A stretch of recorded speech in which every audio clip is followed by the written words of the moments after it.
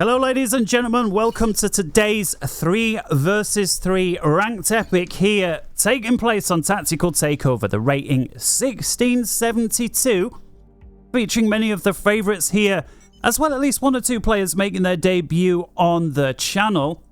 Because it is a ranked game, it is the classic Hotties versus Coolies setup, so let's take a look at exactly what's going on. Hotties over on the north side, Coolies down here on the lower west side. Let's go ahead and introduce our Hotties then, who are also Team 1 today. Incidentally, I always like to say how close or finely balanced the game is. The Hotties, so the team that we're going to introduce first up here, have a 14-point advantage overall, which works out at just 5 points per player.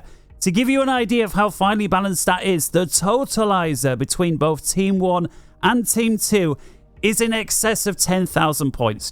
But it is. There are 5,022 points on the Hotties and 5,008 rating points for the Coolies. So it works out about 0.3% difference between the two, which is basically nothing.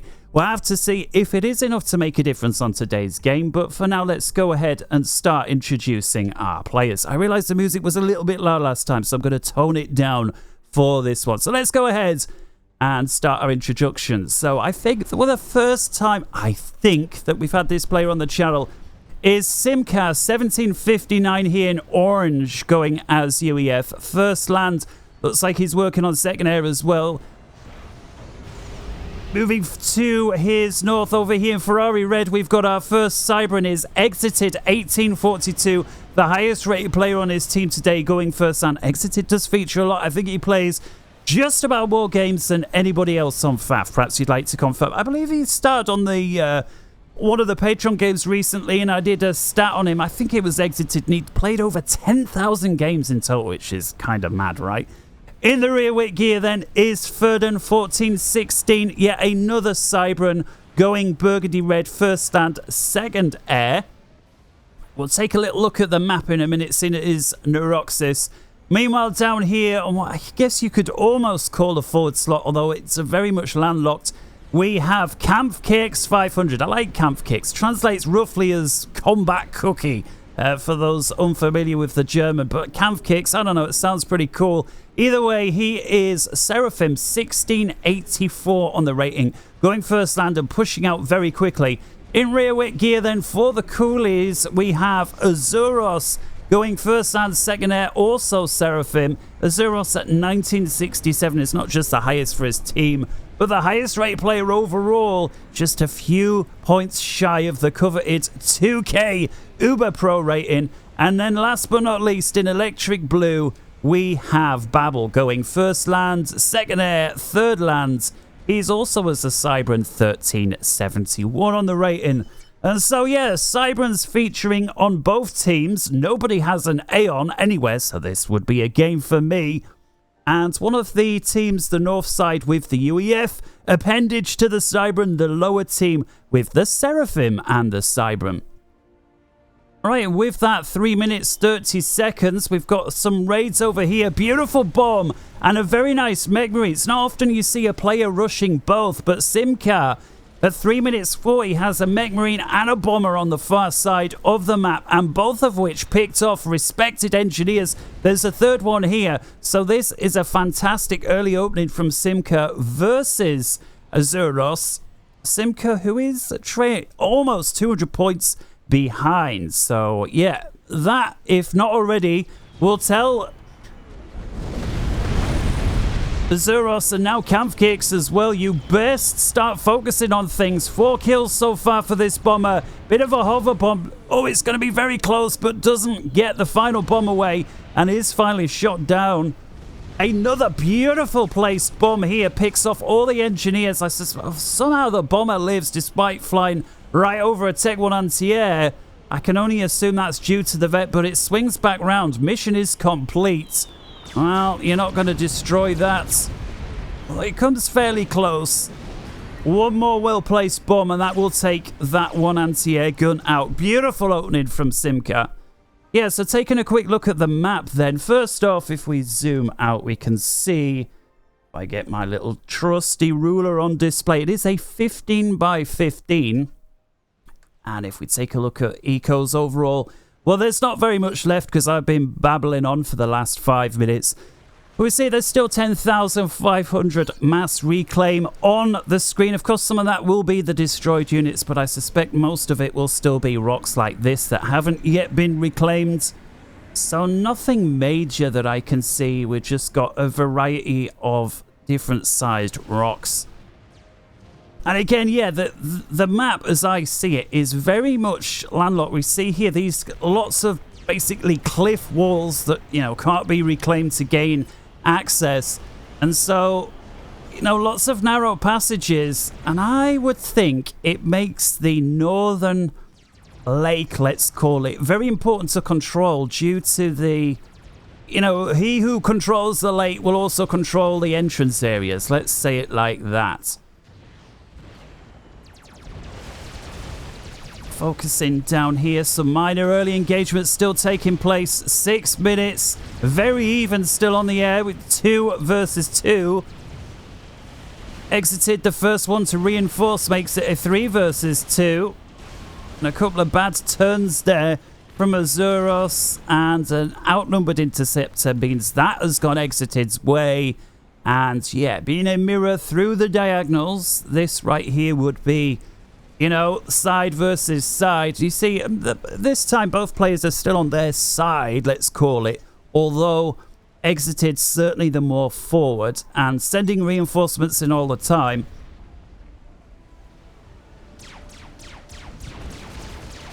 Very nice aggressive attack there from Simka, but it didn't work out. Very well placed defensive Mantis from BabeI, and I suspect he must have assisted on the reclaim. What's that rock there? 150. And yeah, the northern side of things, BabeI ever so slightly sticking his nose ahead of the 50 way. And if we take a look in the pond, as of yet, nobody deciding to go Navy, which I am kind of surprised. eXxited still looking like he's making the most of it down here. Let's have a look at mass spot wise. We've got 1, 2, 3. Make that 6 because of the mirror, as well as a hydro. So it's not worth relinquishing this plateau by any stretch. But you can see if you decide to fight on the plateau, you've got a huge front to do it. If you decide to play defensive, you've got a very nice bottleneck back here. Although it does appear that Azuros, let's see what he can see, is deciding to press out. He's just got himself a Tech 1 radar online. So we can see there's no imminent threat, but he's had scouts in. You can certainly see his opponents going very heavy. And eXxited, by the way, is not the player that's here. It would seem it's Simka is the closest player, whereas here it was Azuros. And so these players mixing it up a little bit. The coolies are looking a little stronger in the mid, though. 2 commanders there. And Simka, I assume this was created with a distance build. But it does make it vulnerable. There's nowhere for any of these units to escape to.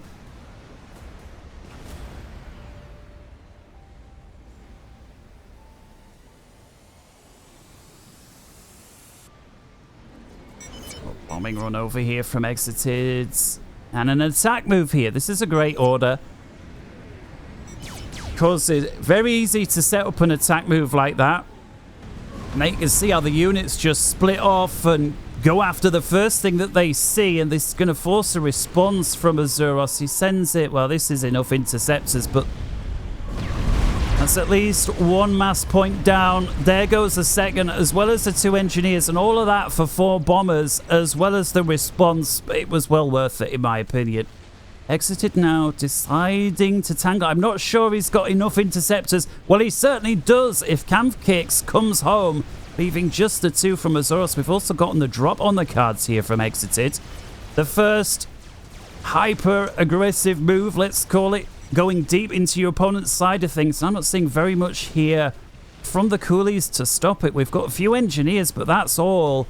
And it looks like Azuros, again, going defensive. Looks like he's just going to string up a row of anti-air. This here just artillery from eXxited, so not setting up shop.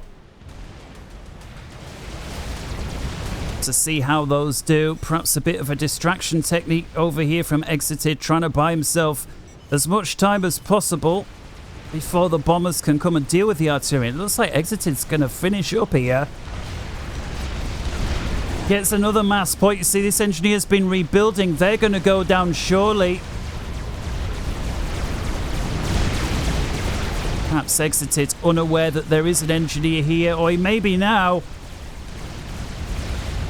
He's got the APM spare, and he does. He breaks one artillery off, the perfect number there to deal with it. We'll take another look at that in a minute. BabeI is making a press through the central areas.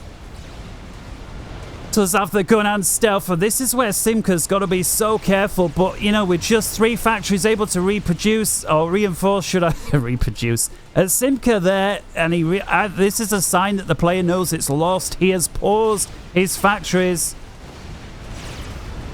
although he is trying to. This is a clever move here. If this works out, he could lock the commanders off with a Tech 2 point defense creep. Doesn't look like he's got enough to be able to pull it off. Camp kicks unupgraded. Well, that was a nice move. Huge team play there from Camp kicks, no doubt about it. BabeI would have found himself cut off had Simka been allowed to pursue this here. Camp kicks there, saving the day. Yeah, the only way out, I think, for BabeI would have been via air. And that's assuming he had a Tech 2 air to do it. We did say we was going to check him back down here, and I'm going to. This very effective drop from the Hotties with just a handful of units once again tearing up these point defense have now made their way into the rear of Azuros' base. And if there's one thing that you don't want in life, it is having your rear torn up. And that is exactly what Simka is busy doing. Does he manage to pick off this Tech 2 mass extractor? These are just tanks, not artillery. It's going to be close. Simka's primarying the mass extractor. I agree with that decision. He's never going to win that fight, but alas, he doesn't manage it. Azuros gets just enough units there in time. And with it, saving his rear end from the very worst. Back to the mids, and Coolies certainly dominating in the central area. The Hotties ever so slightly dominating on their side. And at 12 minutes, 34 seconds, 1, 2, 3, 4. Let's have a look at the ecos. 105 versus 98 in favor of the Coolies.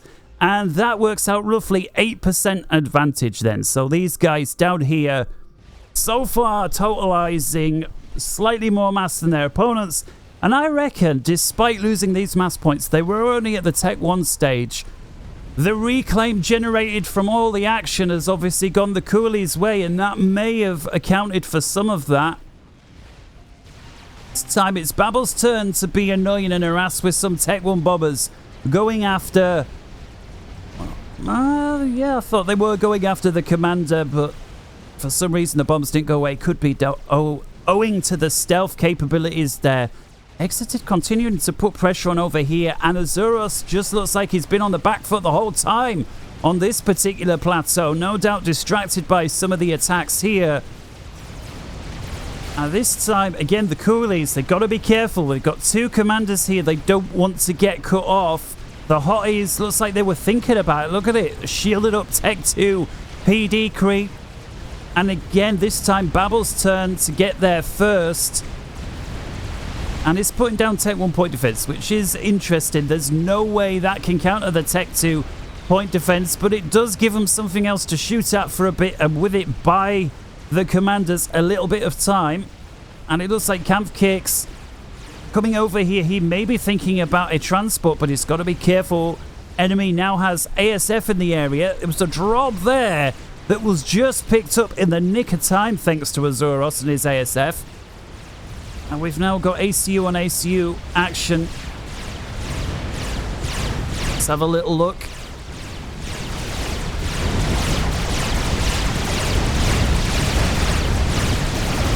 Looks like it's going very nicely for Azuros there. eXxited's going to have to be on the back foot over that one. Falls back. eXxited the first one with engineers on the front line to grab some of that reclaim. And that's, again, a hallmark of the high-rated players. Sorry for the jerky movement there. I shouldn't try to move the mouse while I'm repositioning myself in my seat. And yeah, the Hormak, they send, I've seen it, you know, the real high-rated, you know, those plus, you know, the Uber Pros as we call them. They send engineers to attack, move, reclaim an area of battle before they even begin the battle. They know they're going to have a fight. They send the engineers out. They start the fight, and the engineers roll onto the scene, much like you see here, just before or during the battle. It's it is something spectacular. And this time, Simka, this is an interesting move with the Flapjacks, of course. They will outrange these point defense, and that's why Simka's using them. And I'm surprised that Simka was able to hold this area. I really am surprised the Coolies did not decide to wipe it off. I mean, 3 factories, it's what they're capable of producing. You know, engineers to reclaim can just make huge difference. See a few annoying artillery pieces, and some such aren't exactly great either, but again, the Hotties look like they're going to maintain, and it is the Hotties, the first to have decided to go into the drink.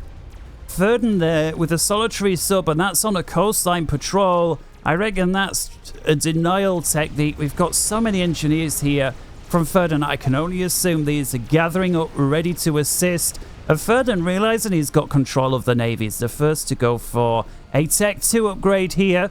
It's not placing a huge amount of eco on it, but it is nonetheless going for Tech 2.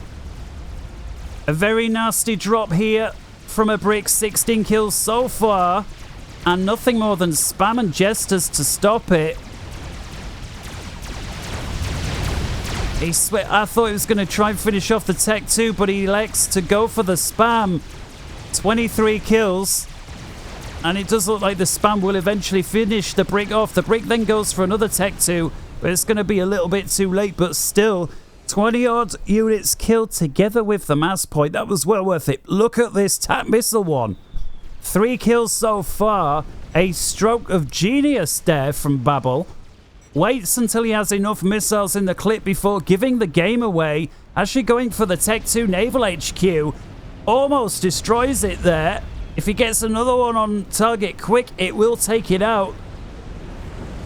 And there are now enough hit points to defend the Navy HQ.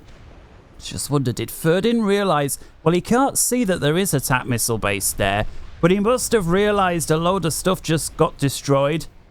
How many kills has it got now? 7. Let's have a look. It's going to be close. Take another look at some of the other things soon. I just think there's enough hit points here. Just 300 and some hit points remain. But the second missile's surely going to get it.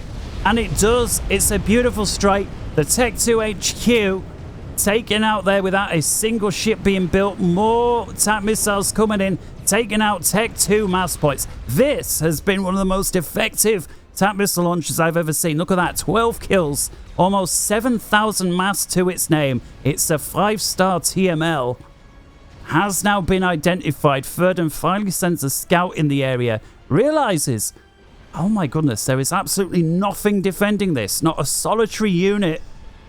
And he sends some jesters to deal with. There's one missile in the clip. BabeI's smart, he'll fire it because he's going to lose it anyway. Might as well just fire it, but he does lose it. What a TML.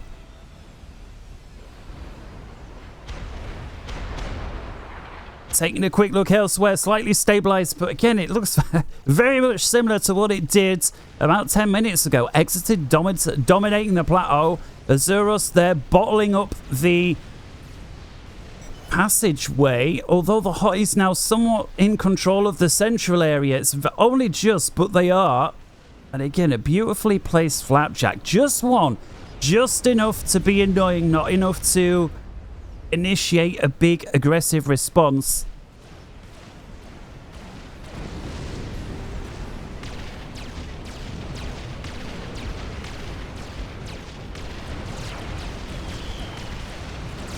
Bombers now. What a target man TAC missile defense when you've got a Flapjack tearing up like this. I love that.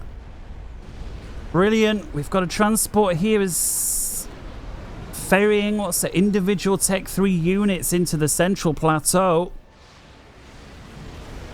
There's the ferry command, and it looks like there are several transport ships assisting with this order here, flying a brick in. One of the very crucial commands to be able to use. You don't see many players using the ferry command, but there you see, you press F, click where you want the transport ships to pick up from, in this case here, hold shift, and then click again where you want them to drop.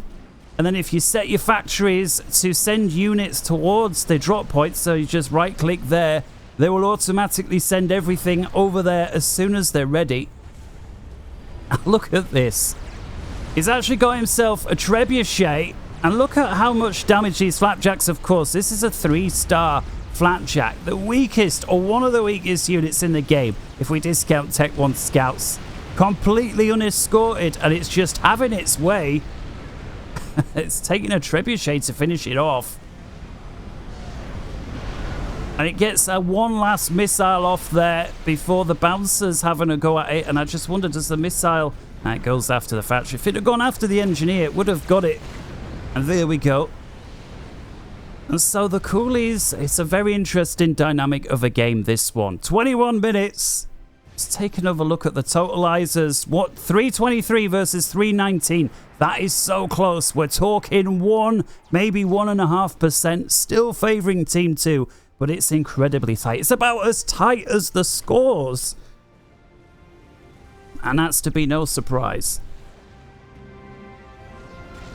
Got Tech 3 now from Simka as well. Percy's in the mid. Kampfkicks is air looking very strong. I have to say, I just wonder. Let's have a quick look on air totals. 141 versus 85, favoring Team 2. That, of course, counts all the aircraft, but still, it's almost a 2-to-1 advantage if we assume that they have roughly similar compositions. And Azuros now, for the first time, pushing out of his little enclave there. He's got gun, nano, and tech 2, so a decent commander. Going for it. Look how slow that radar's building. He's got to be stalling. There's no other way to explain that. And there you see it. Look at the mass. Minus 276. There's no way it takes that long to build a tech 2 radar, so he's got to be upgrading mass points. Botham siege tanks, just the one set to get rid of all this crap here that eXxited's got, and it's gonna do it. Little counter move in the central area, and it doesn't look like there's anything light enough units here from Babel to hold.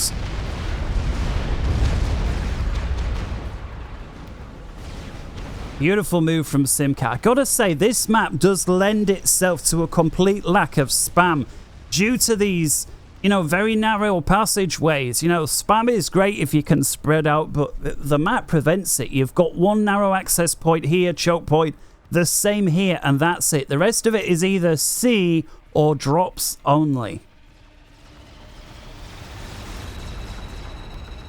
Let's take a look here. And no surprise, the Otham siege tank here cleaning out. I just wonder, how is Azuros' intel? It's pretty good. He's got a radar that can see all the way up to here.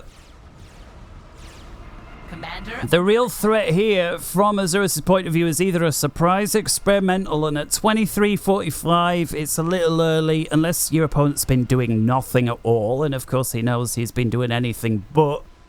And so the real problem is an air snipe. But with the Tech 2 radar, you can see it coming, but his opponent with ASF loitering. Gotta be careful. Gotta be careful. He does have a solitary flak there. Hugely important. Second one coming up. And so, yeah, look at this. There's 3, there's 4.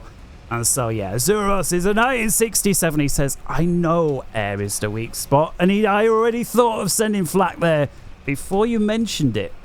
Now, take a look at this. Tech 2. Ferdn has re-established the Tech 2 Navy, and he's the first one to get a cruiser there. We've just witnessed its first kill.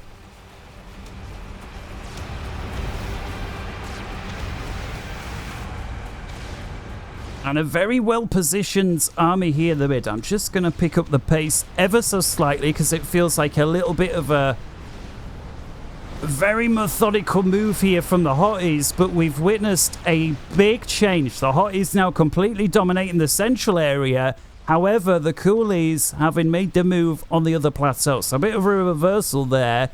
However, what I'm favouring for the Hotties is the control of the Navy. So if we argue that there are three main regions, the ponds to the north, the central lower plateau, the valley if you like, and then the southern plateau, it's a 2 versus 1 in favour of the Hotties.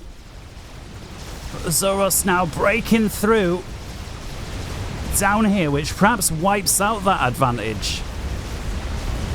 eXxited, gotta be careful. There's many siege tanks. Let's have a look at his... Oh, we can't even overcharge. Oh my goodness. eXxited is being attacked without the ability to overcharge. And at 26 minutes, this could be our first ejection. And indeed it is. The highest rated player for the Hotties going down at 26 minutes. That must have been an oversight that will be kicking himself for the inability to overcharge at 26 minutes. I'm unsure if that would have been enough to make the difference.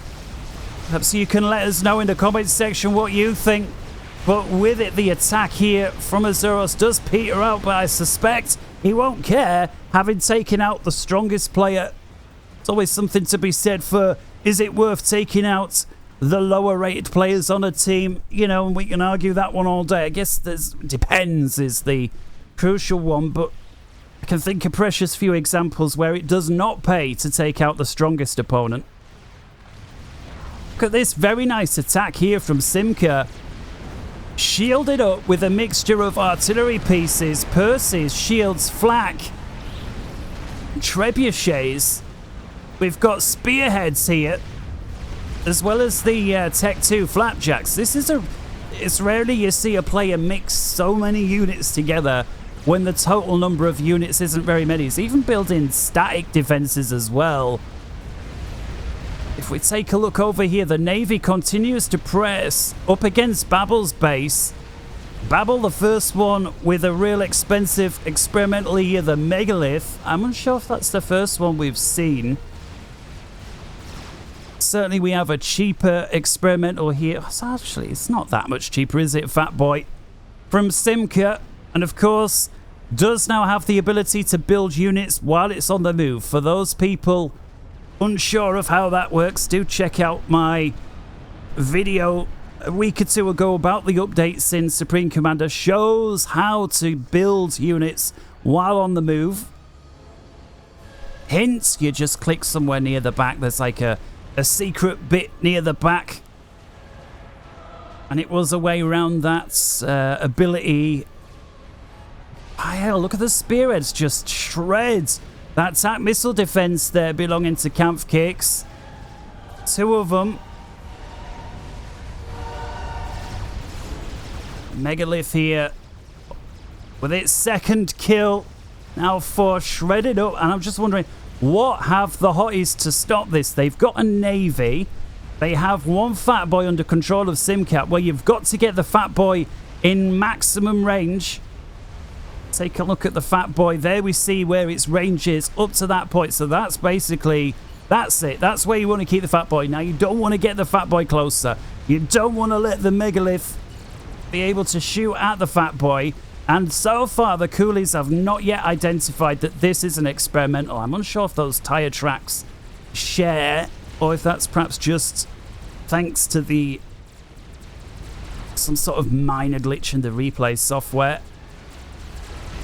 Because it would be a giveaway, and the Megalith so far now, half health, and it's got almost nothing. Now, it has started to pick off. There's its first target. There's its second. That there is a mistake from Ferdn, allowing the Megalith to get too close. He loses 2 Tech 2 ships, almost a third, and now gets far too close to the Fat Boy there. So both players making a few minor mistakes, and Babel has made him pay. Picks off. He's surely going to get it, and he does at 30 minutes. I suspect he's going to lose the Megalith on retreat, but nonetheless, That will have been worth it. The 2 naval units and a Fat Boy for a megalith. Yeah.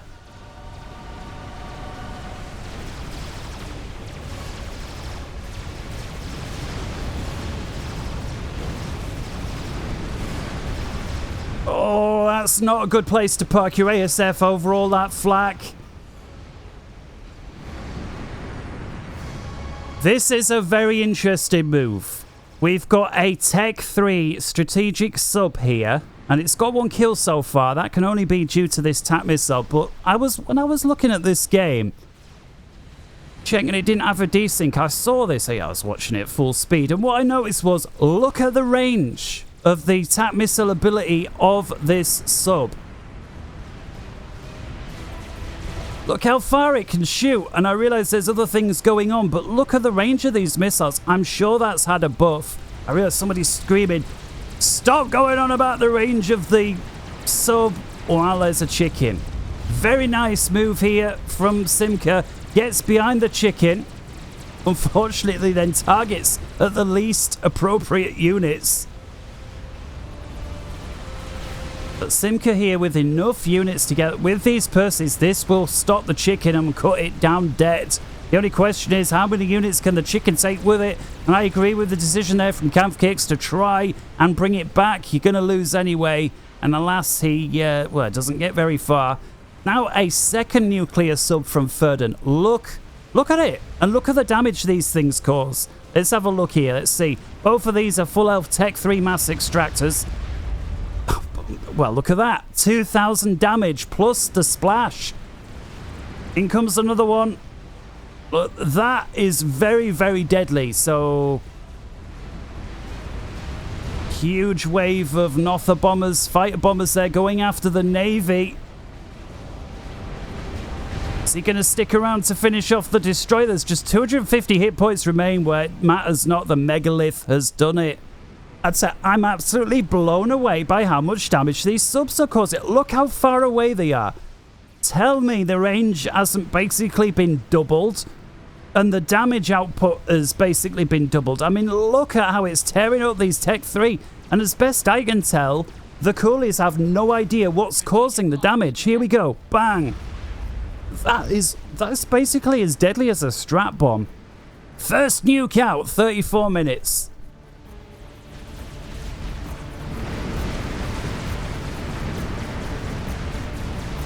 And it's shot down by a very well-placed aggressive.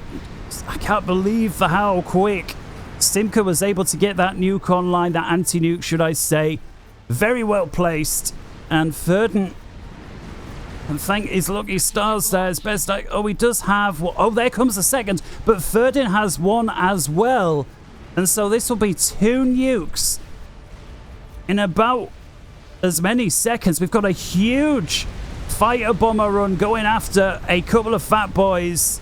Ferdn paying attention there, but this nuke is going to get shot down as well. So that, I don't know how much more lucky you can get. 2 nukes fired into your base at 35 minutes, and you happen to have 2 separate anti-nukes that by sheer chance cover the whole area. The only 2 anti-nukes as well. Had BabeI made this move a minute earlier, it had taken out the anti-nuke, that would have worked. But again, hindsight, a great thing. And at 35 minutes, I've got to say, Azuros, having taken over this area here, is already teched 3, the entire 6 mass points. Soul Ripper here from Simka, that gets shot down. It looks like it was just enough. And somehow Simka, I don't believe this, holds on to both fat boys. It was a 2-on-2, experimentally speaking. He's held on to the strategic missile defense as well. This was I mean, look how much investment has gone into this area from Simka. I was not expecting that outcome. I was not. Very well played. I've always said the fat boys are so dangerous when you begin to stack them. The amount of fire they can put down. It's like Simka's somebody else who could make use of the mobile factory aspect of the fat boys. It matters not, again, if you move, if they stop, you don't lose the build queue order, it all stays there. You may as well use them. If nothing else, just spam out anti-air and mobile shields or something. Or Percy's, anything. Or just cycle it 1, 2, 3. Whatever floats your boat. But look, 27 kills. This one has got 30,000 maps to its name killed. 27 kills, that's ridiculous. I'm just wondering, have this team got any idea what's causing? There's not a single TAC missile defense over here. I still don't think the coolies have figured out what's going on. Another Soul Ripper that gets a little bit too close, doesn't have a single kill, and this must have been a mistake from Ferdn. Camp Kicks responds, and it looks like the Soul Ripper is going to go down, and indeed it does, for naught. Yes, it prompted an air fight, but with Simka now in the area as well, Camp Kicks did extremely well. He got out of dodge almost for free. Both the hotties getting there just in time to be too late. 10 points for Simka. Sorry, I beg your pardon. 10 points for Azuros. Well, should have been. Together with Camp Kicks. They're both behind it, would seem, on air. Let's take a look, actually, at air overall. To back up my claims. Simka looks like he's got the majority. ASF 91. Ferdn. And we've got an air fight over here with 36. So let's call it 120. But for now, I've got to focus in on this. Again with the fighter bombers versus the fat boys. Oh, it's so close to picking off one of them. The heavily damaged one. A huge air fight. Again, if we're right with the totalizers here, Team 2 should have this. Look at the numbers tumbling away there for the hotties.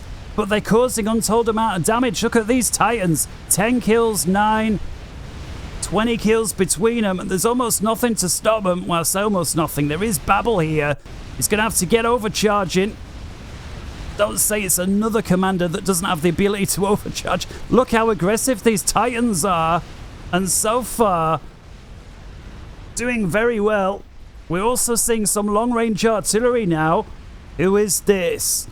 Simka with the capped-off disruptor. We've got artillery fire now the other way. So both teams getting to the standoff artillery stage. Camp Kicks with a huge number of kills. 120. Ace is still looking relatively intact, so a lot of that damage must have been... Oh, there we see onto the front line. That was a very legit target. We've actually got 2 pieces of artillery now from the coolies. The very aggressive fat boy somehow still alive. Simka, I mean, let's give him 10 points for somehow keeping him alive as long as he has. Yet more Titans causing problems over here. The chicken does get shot down and it looks like Simka is going to get away. The artillery, therefore, war continues. Camp Kicks, with having lost a decent portion of his air grid, importantly, still has his artillery as well as the nuke online. Nuke has one in the clip, so I guess he's just waiting for a suitable target.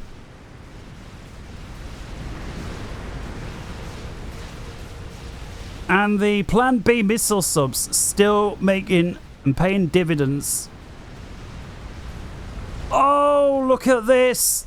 They've broken through into Simka's base. We'll check back on that, but I'm more interested in these strap bombs here from Simka going after the artillery piece. Chained up as they always should be. Don't clump them together, but get them in a nice line like that. And it looks like there was nowhere near enough to break through. Coolies on the ball and showing none of them get a second pass, but the hotties are breaking through over here with these fat boys. Artillery still taking out central areas there. Yet another nuke out.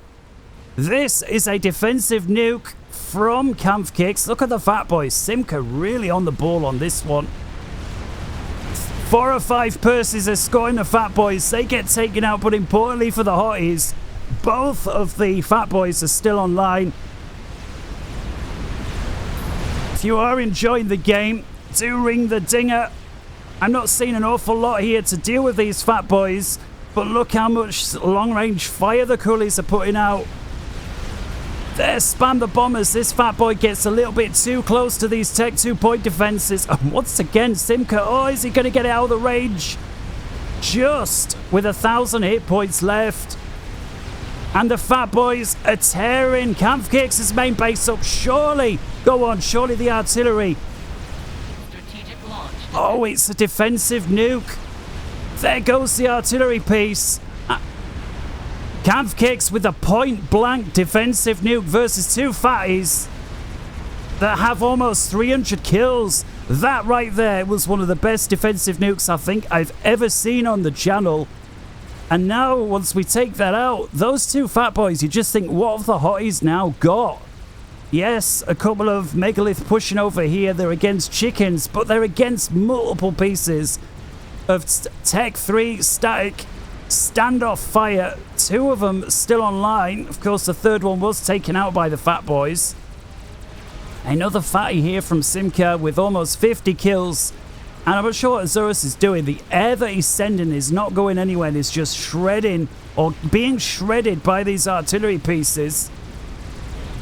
Monkey Lord gets too close to the fat boy. Does take it out. Very well played there from Azuros. But over here, the two megalith versus two chickens have apparently gone down. I'm not sure how much of that was due to a lack of micro or if they were heavily damaged. Just far too much going on the screen to keep track of everything. We've got this chicken here and very little to stop it. We've got a bank of triads under a shield. I'm not sure if that's enough triads to stop the chicken. The problem is, though, I assume if Azuros pushes, Simka is going to respond.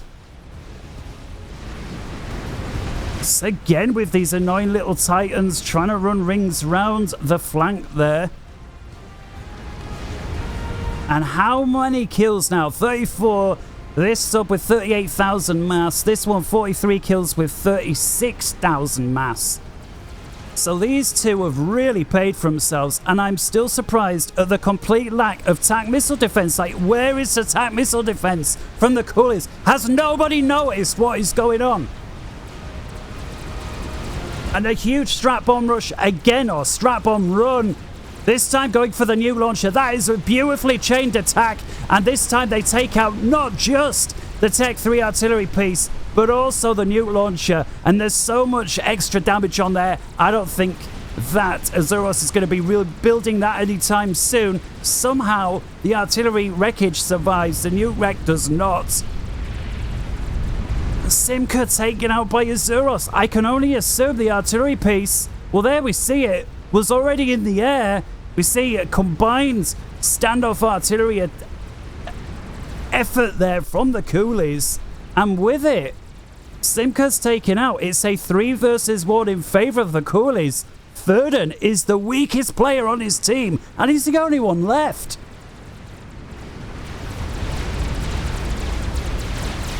Beautiful work with the megalith there. Stays beneath the sea, comes out behind the chicken.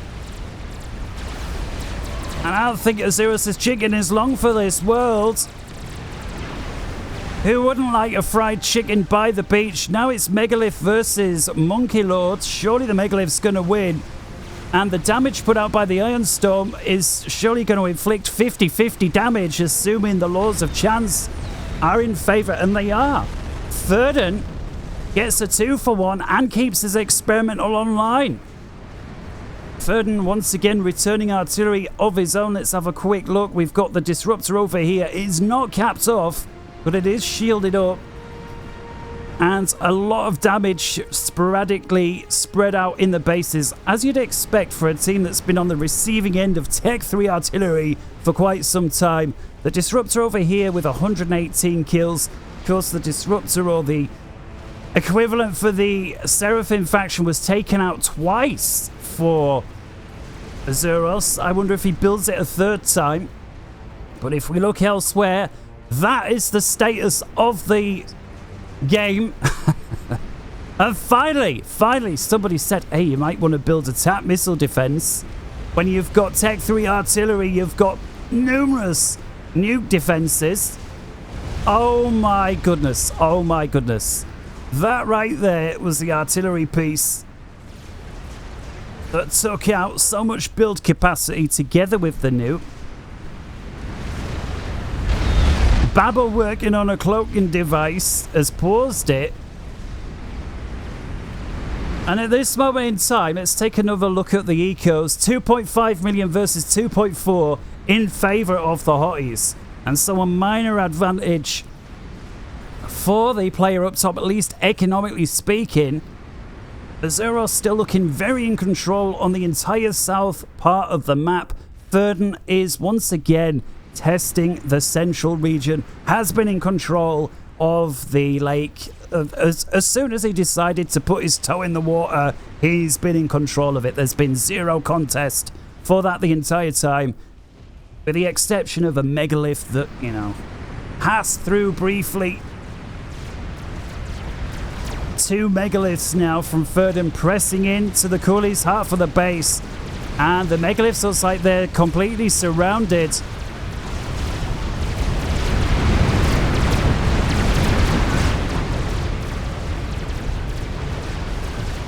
I agree with the decision here for the coolies, but come on, finish off the weak one first before you go for the full health one.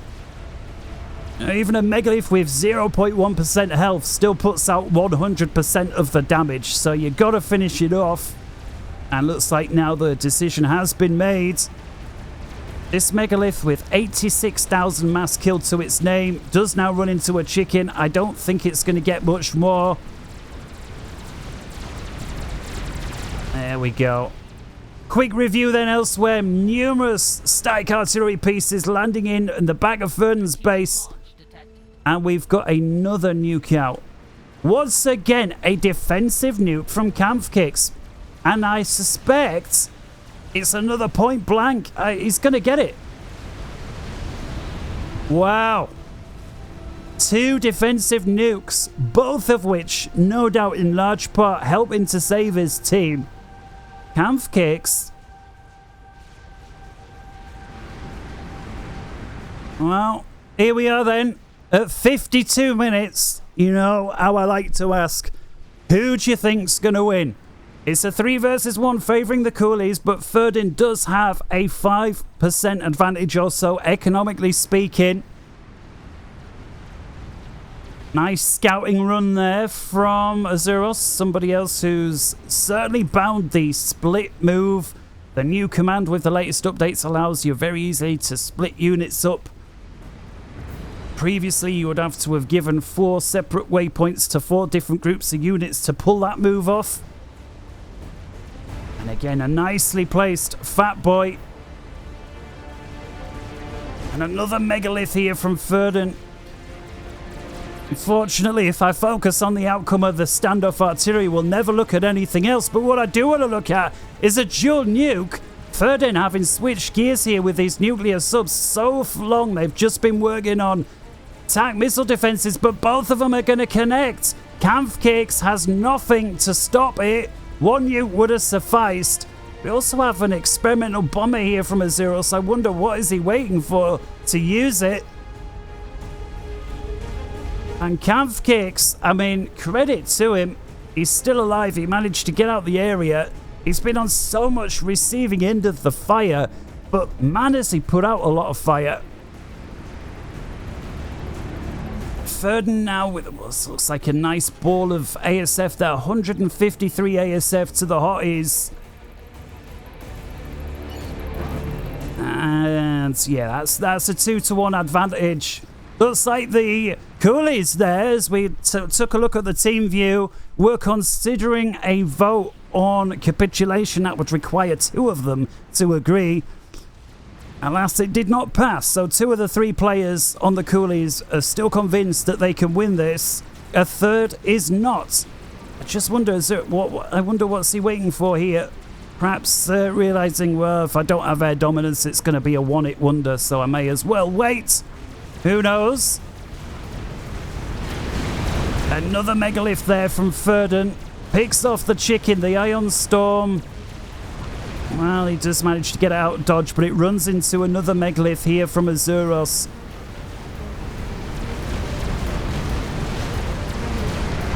And there's just too many Seraphim shields here. Oh, it just blinks on as the last shot hit was going to hit the Tech 3 artillery piece there once again.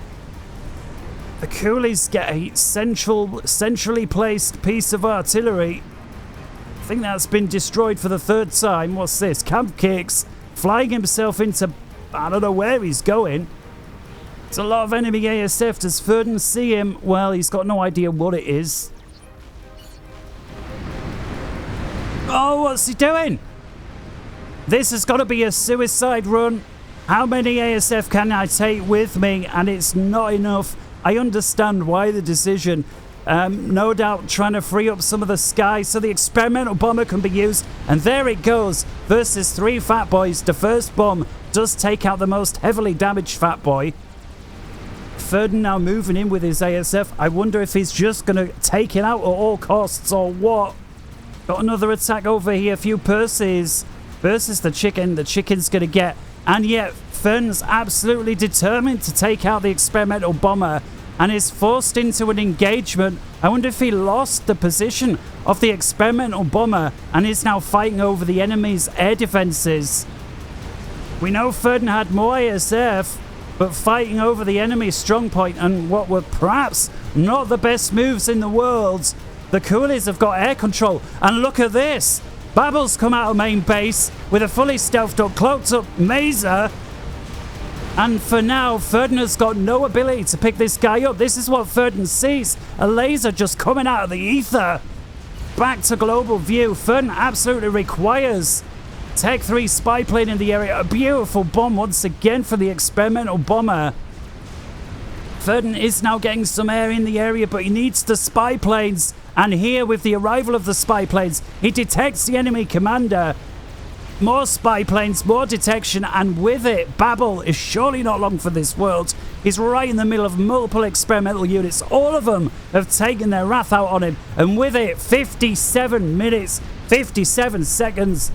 Babel is taken out. It's a 1 versus 1. Ferdn versus Azuros.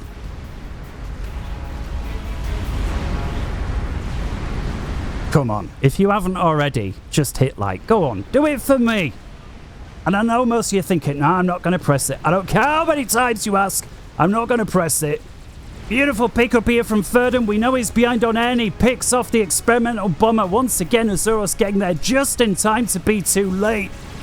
And Ferdn here, 2 fatties and a megalith. It's lovely to see players make this much use of the Fat Boy. Although I do wonder, why not use the experimental factory element of them? It's right there.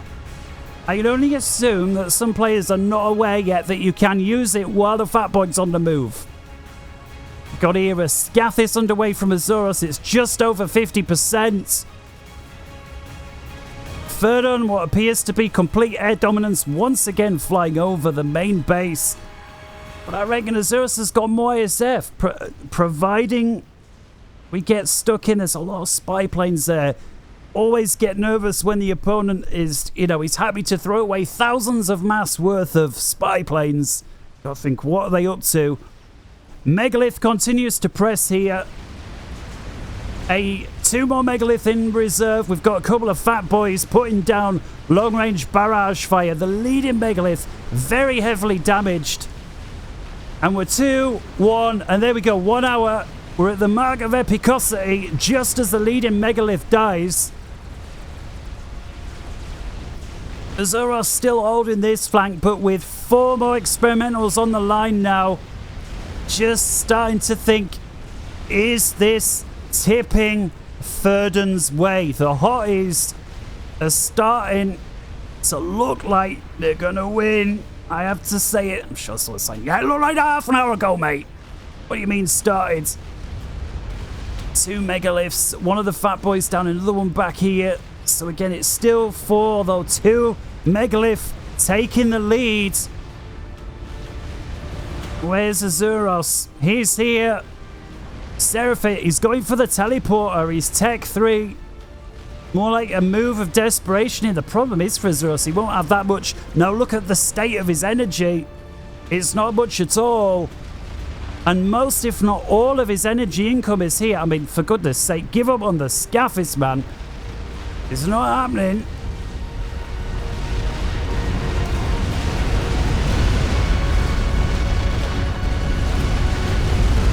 That's not a sight you'd like to see. I'm sure there are some players that dream of things attacking their base and there's nothing that they can do about them. I remember I used to play Settons all the time.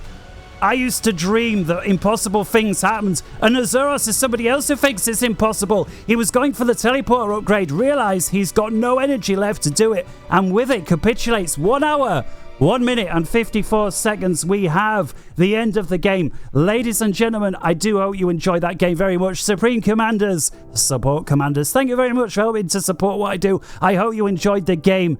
In any case, and until next time, wherever in the world you may be, good morning, good afternoon, good evening, and good night. From me, here, deep inside the UK, take care until next time. Ta-ra.